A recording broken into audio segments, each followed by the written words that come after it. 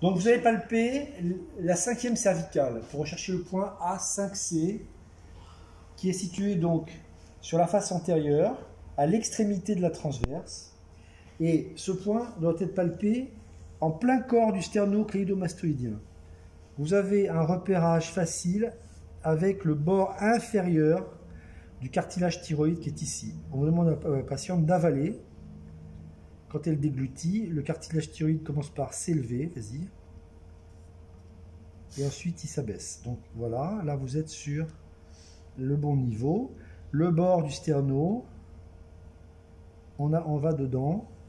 Le bord du sterno. Alors vous commencez par palper doucement pour savoir si vous n'êtes pas en regard de l'artère carotide. Il n'y a pas. Alors on peut continuer. Est-ce que vous avez une douleur? Oui, à droite. Pourtant la fibromyalgie. Pour les points P5C, vous allez palper à l'aveugle vos apophyses épineuses. Alors, une petite révision d'anatomie palpatoire.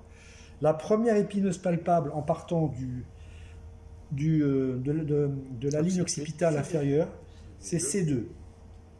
C2, on s'en occupe pas maintenant. Deuxième épineuse palpable, C4. C4. Qu'est-ce qu'on trouve comme point sur l'épineuse de C4? Eh bien, on trouve P5C, puisque le point épineux est sur la vertèbre dont le numéro est au-dessus. Donc on va sur l'angle inférolatéral de l'épineuse, angle inférolatéral de l'épineuse, vous essayez de les palper plus vers le haut comme ça, et vers le dedans. Est-ce que tu as une douleur? Oui. T'as mal partout celle-là. Encore plus là? Non, je sais pas. Et alors, le point transverse se situe sur la vertèbre sous-jacente, c'est-à-dire la 5e, à l'extrémité ici.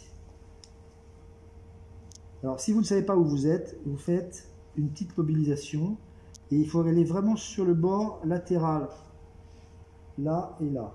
Bon, c'est fait moins mal là déjà, j'ai l'impression. Et là, bon, il faut le dire vite. Alors, on va commencer par traiter le point A5C. Alors là, vous êtes à 10, d'accord? Je recommence. Là, tu es à 10. F, Sarah. Alors, vous maintenez le point, le monitoring. Vous faites une flexion.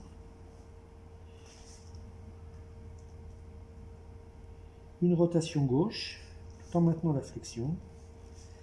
Et une inclinaison gauche.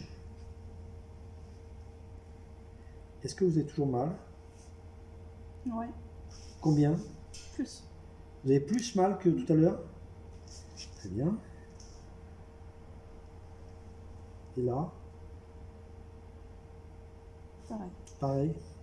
Ok. Après 3 tentatives, vous inversez la composante d'inclinaison latérale. Est-ce que vous avez moins mal? Oui. Là, vous êtes à combien là? Presque plus rien là. Presque plus rien.